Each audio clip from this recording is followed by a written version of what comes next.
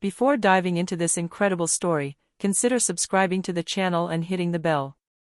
Every story here has something to say, and you won't want to miss a single one.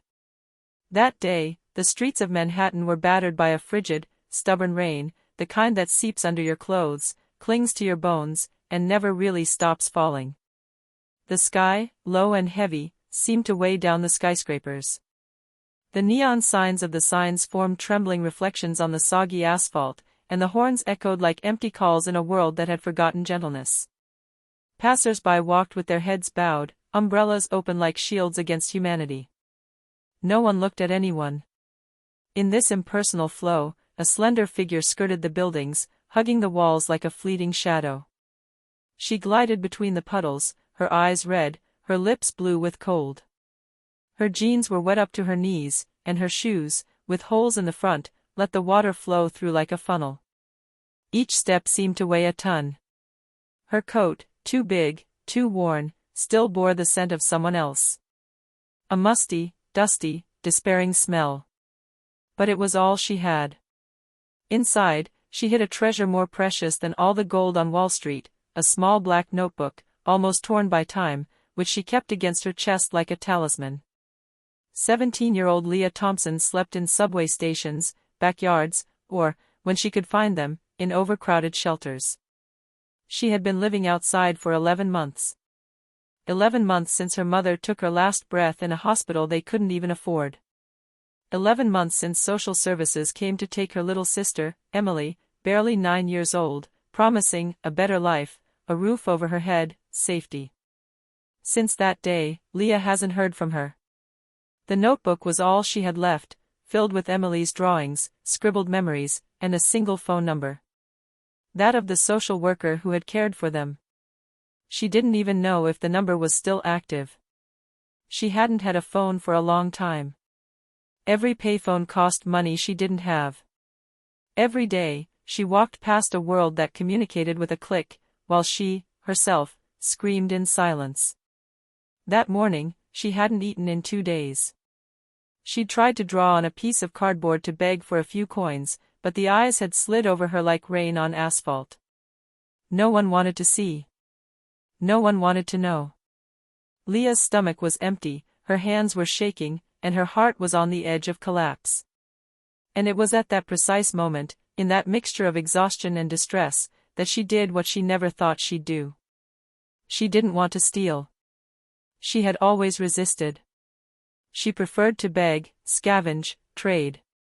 But that day, the world had forgotten her too much, and her dignity, eroded by the cold, the pain, and the silence, had faded for a moment before necessity. Outside a luxury cafe on Broadway, in the heart of the financial district, the hustle and bustle was in full swing. Uniformed waiters scurried between heated outdoor tables, stifled laughter escaped crystal glasses, and the engines of black sedans purred as they waited for their wealthy owners. Amid this scene of worldly elegance, a man in a three-piece suit strode confidently through the crowd. Ethan Crowley, 42, displayed the cool poise of men who have built empires through sheer willpower. He spoke quickly, in rapid, crisp English, a state-of-the-art phone pressed to his ear. "Tell the committee that if they don't sign by Friday, we'll withdraw everything. Yes, everything. I'm not here to beg for their approval." His gaze distractedly swept the street. He saw neither the homeless on the porches nor the children begging for a few coins. He was moving in a parallel world, one of performance, of transactions, of decisions that move millions of dollars with the click of a button. Arriving at his chauffeur-driven car, he paused briefly. He placed his phone on the edge of a large window to rummage through his bag, looking for his earphones. 1 second. 2. And that was enough. Across the street, Leah watched the scene, panting, her stomach empty. She recognized the device, a high-end smartphone, probably a recent model. A phone that, if it didn't help her make calls, could perhaps be resold. But Leah wasn't a professional thief. It was distress, not vice, that guided her actions. His eyes flicked back and forth between the man and the phone. He had his back slightly turned, absorbed in his search. A split second of hesitation. Then his body launched itself, driven by an impulse as ancient as the instinct for survival. She crossed the street with a smooth leap, grabbed the device with her fingertips, and vanished into the crowd. As quickly as a frightened cat. Ethan saw nothing. Not even a hint of movement. When he finally looked up, his phone was gone. He swore sharply, first thinking it was a mistake. Then his face tightened, ready to bring all his cybersecurity contacts into play. Meanwhile, a few miles away, in the humid bowels of Brooklyn, Leah had taken refuge under a blue tarp, behind the fences of an abandoned construction site. The concrete was cold beneath her legs, and the smell of rust and diesel hung in the air. She was shivering with cold, her fingers numb, holding the stolen camera as if it were a wounded animal. She pressed the button for a long time. The phone lit up. No code. Not locked yet. Leah felt her heart pounding so hard it almost drowned out the sound of the rain. She navigated clumsily through the menus. There were hundreds of names. Messages. Unfamiliar apps. But she didn't have the luxury of exploring. She simply opened the keypad and typed in the only number she knew by heart, the number of the home where Emily, her little sister, had last been seen. She raised the phone to her ear. A dial tone. Then two. Then a woman's voice, distant, garbled. Hello? Child Support Service, good morning. Leah straightened. Emily.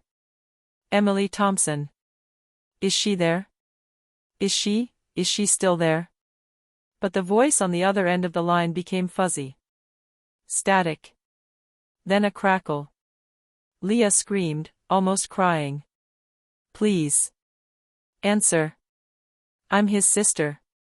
But the line cut off sharply. The screen went black.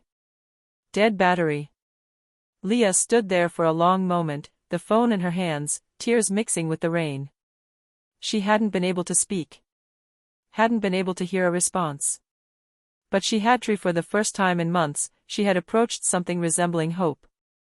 She held the phone close to her, tucking it under her jacket, tucked away, like a precious jewel.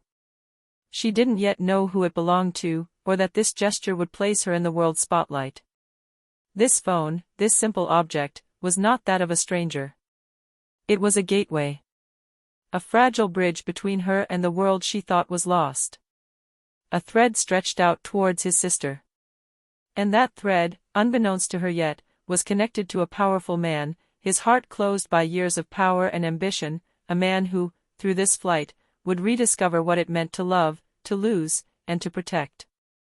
The next morning, the sky was still gray, but the rain had stopped.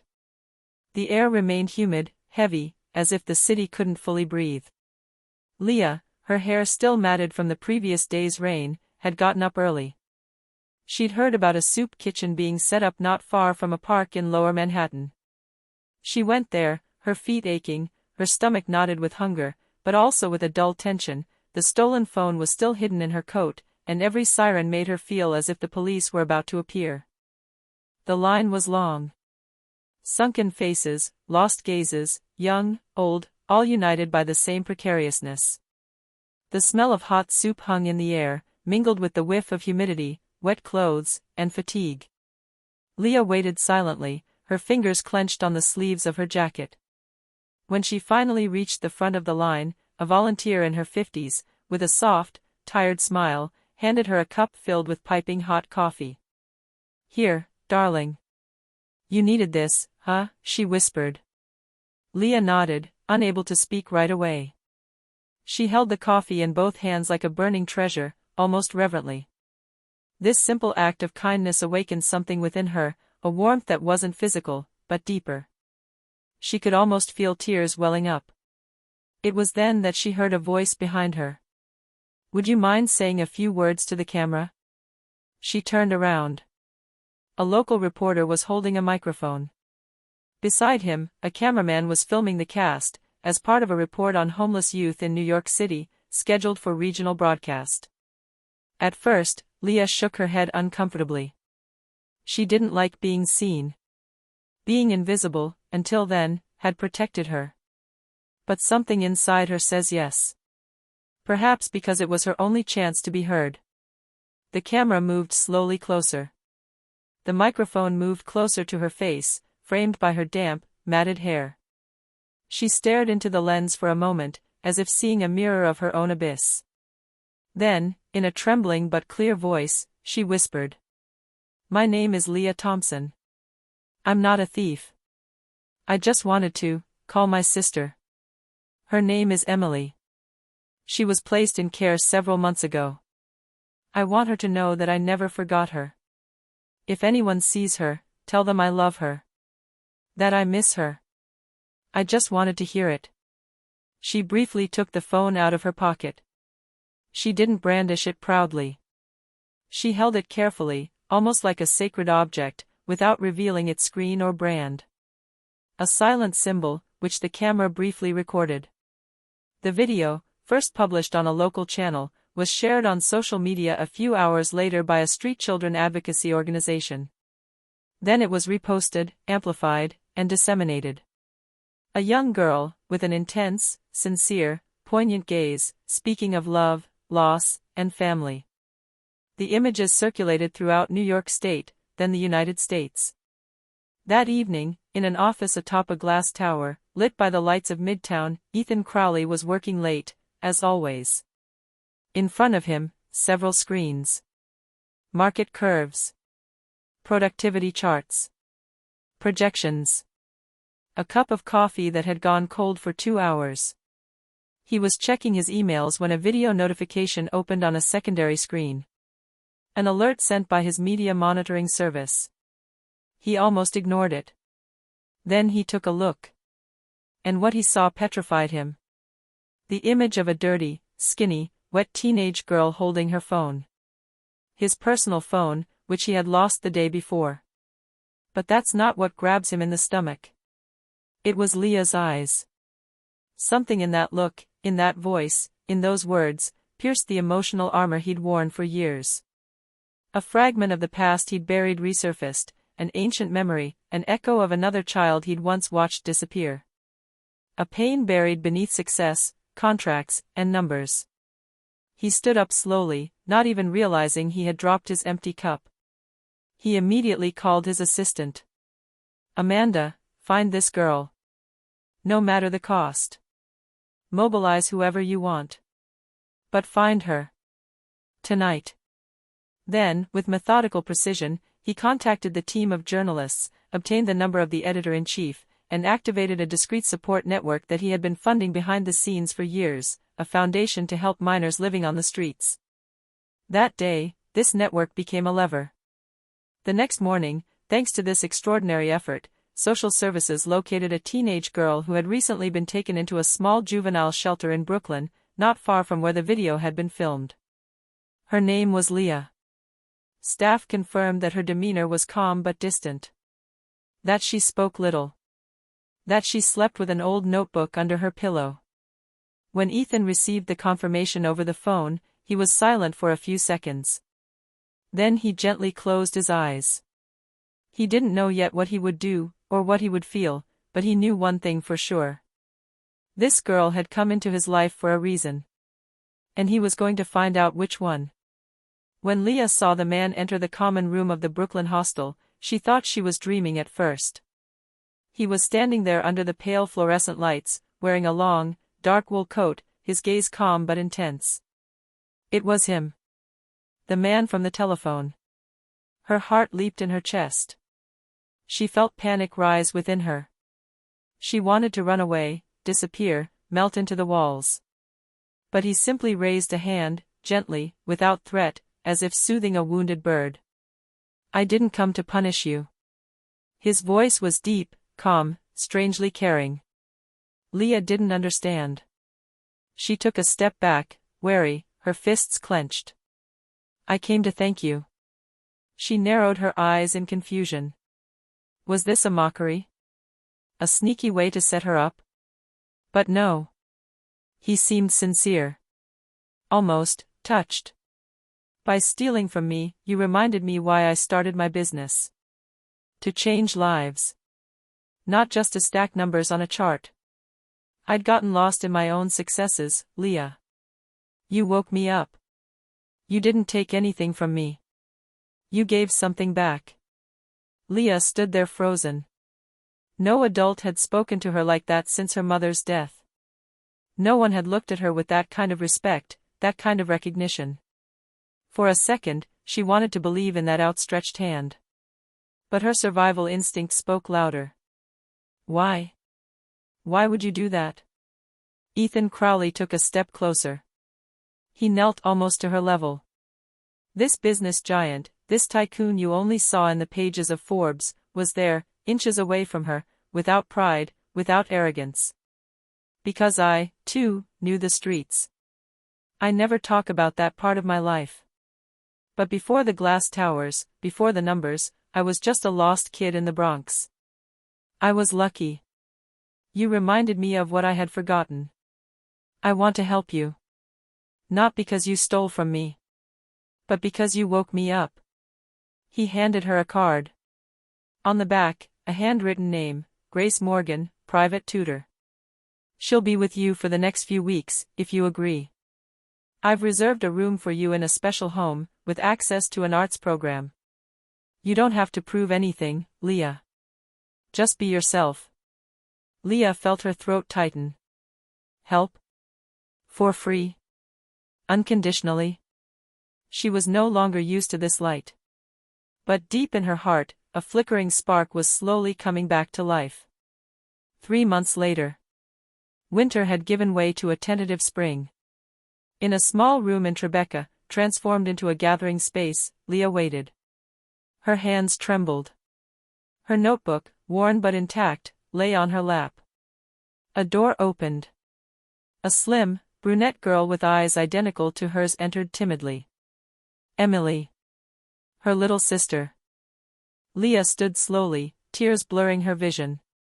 She said nothing. She simply held out her arms. Emily ran. The silence was replaced by a shared sob, pure, ancient. A bond repaired. Around them, a few volunteers, a social worker, Grace Morgan, and Ethan, who was watching from a distance, discreetly, his hands crossed. Later that year. Leah, now 18, walks through the doors of Parsons School of Design with a full portfolio, letters of recommendation, one personally signed by Ethan Crowley, and a future to build. She was no longer living on the streets. Emily had been placed under legal guardianship with her, thanks to the intervention of a sympathetic judge, alerted by the Crowley Foundation.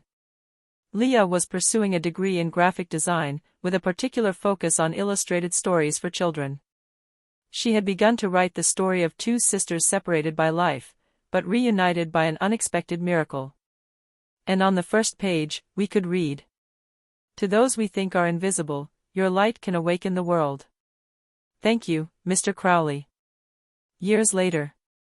New York City shone under a clear autumn sky. In the majestic lobby of Manhattan's Museum of Contemporary Art, an elegant crowd gathered for a very special occasion, the opening of the first-ever solo exhibition by Leah Thompson, a young artist prodigy, former street kid turned rising star of narrative design. The gallery was cloaked in a sacred silence. Leah's works, powerful, luminous, sometimes heartbreaking, told stories. Not just her own, but those of all the forgotten children, the lost sisters, the young people who had grown up in the shadows and who had ended up emitting their own light. Each drawing, each installation vibrated with a visceral truth. At the back of the room, slightly set back, Ethan Crowley watched. He wore a dark, understated suit, a far cry from the cold presence of his business years. His eyes held a silent pride. But also a deep turmoil, a heavy secret he'd been carrying for some time. Because a few months earlier, during a simple administrative procedure intended to finance the international rights to a work by Leah, he had discovered something unexpected. A document, among old family files, forgotten in a sealed safe for decades. A series of letters. An unclaimed maternity test. A photo. And finally, a proof of identity, Ethan's younger brother, William Crowley, who disappeared in a car accident at the age of 24, had had a long-term relationship with a young woman, Leah's mother. The dates matched.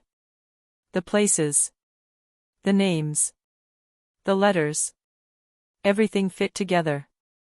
Ethan then discreetly had genetic testing done. And confirmation came. Leah wasn't just the young girl he had helped. She was his niece. His own blood. His missing brother had left a daughter in this world. A daughter who, by a strange twist of fate, had come knocking, almost literally, on his door years later.